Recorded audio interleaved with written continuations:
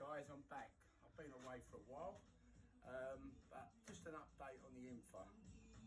I found someone who can actually come to me to do the sandblasting, and it's a reasonable price, and they will put it in primer as well. But obviously, because of the way the country's been with the lockdown, he's obviously behind a lot on his work. So I've got to wait for him to give me a call. He's going to give me a call when he's caught up and he's 2 weeks behind. So basically, when he rings me, I know it's going to be a fortnight's time. Then he'll be coming to me to do the sandblasting on the Infra. So I've got to really now get my jig here so I can spin her. HMRC are being a bit of a pain about sending me my tax return, so I'm going to have to buy it myself, and then just, if I get my tax return, I get my tax return, but we'll just wait and see on that. But I don't know if you've seen, but we took all the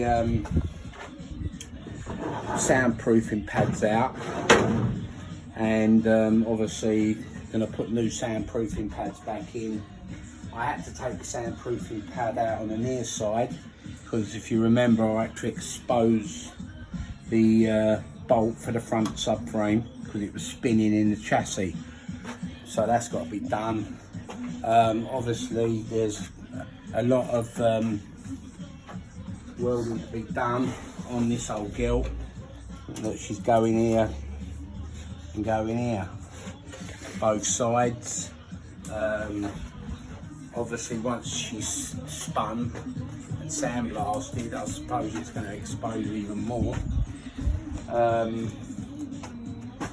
Under here she looks fairly solid, but there again we'll know more once they start sandblasting it, because I've got to get rid of all that stuff. So I'm going to put that in storage. So basically I've got an empty garage, and then we can spin her on her side, and then he can sandblast underneath, and then he's going to put it in primer as well. Excuse me. He normally puts it in grey primer, and he charges £80 to put it in grey primer, but I said to him I'd like it in red oxide, and he said he can do that, but it'll be a little bit more. So if it's 100 quid, it's 100 quid. So, but I'd rather put it in red oxide underneath, and then that leads me then to go ahead with the welding, get the welding all done, and then when there's welding, it's plated, I'm going to zinc it, then I'm going to red oxide it, and I found a primer. I can't remember the name of it at the moment, but it's a grey primer with like a sealer in it, with like a rust inhibitor in it, preventer in it, and it's a seal. It's a water seal primer. So I'm gonna do the undercoat of the floor with that, and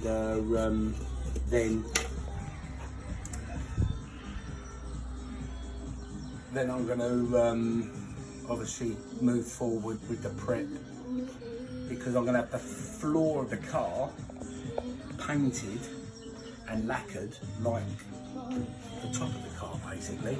Same with the engine bay, that's going to be painted and lacquered, so it should look quite nice, and then obviously the rest of the car done as well. But yeah, so that's why I've not been about.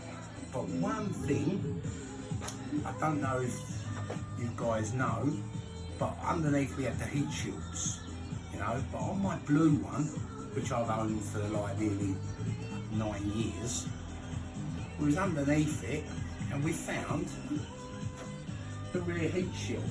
It was just hanging on, so we were lucky. That one sits on like the spare wheel, where the spare wheel bubble is underneath, it sits on there.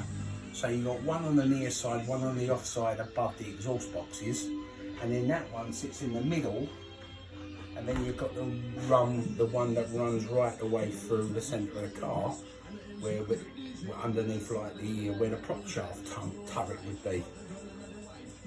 But yeah, so I was really pleased to find that, because they're very rare to get. So what I'm going to do is get some soldering rods and close these holes up and then re-drill them so I can put it back on the car. But I'm going to put it on this car so then it'll have all the proper heat shields, because that heat shield is like rocking horse manoeuvre to get. So I was quite surprised when we got underneath and that was on the blue car. Because be honest with you, on the blue car, basically I've done all the wheel arches, took all the liners out and cleaned all inside, and then put the liners back, but I've not actually changed any mechanical part, no arms, no bushes. Other than that, it's not been touched. So yeah, so when we found that under there, we was quite happy.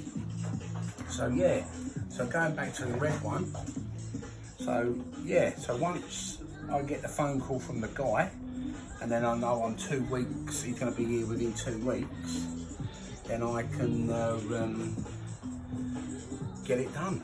And I don't know about you, but I want it done. I want to get it start moving again, because we stripped it down. I think it took 41 days to get it like this, and then because of everything in the country, as I've said, it's like we hit a brick wall. We can't move. So yeah, so now I'm waiting for him to come back to me. As I said before, I will put it on. I have to put it on a jig to spin it. I'm gonna have to get a place to store this, put this in a storage unit. I could put it in the unit. I've got a little unit where I've got one of my cars in there at the moment, and there's possibility there could be another saloon on the way. I'm not going to tell you the colour yet, guys. If I get it, then I will show you the car. So if she comes, then all well and good. If she doesn't, yeah, we're meant to be. So yeah, guys, so that's it. So as I said, sorry if it took so long to get back to me, but until now I didn't really have anything to tell you, because I was waiting on the guy with the sandblasting to come back to give me some sort of time when he could come and do the sandblasting on this old girl. So yeah, so there we go, guys. The black one's there, that hasn't moved. I should get this in the unit really, I suppose. Sitting here is no good for her, but get that up at the unit, get that out of the way, get all that out of the way, and then we can crack on and do more.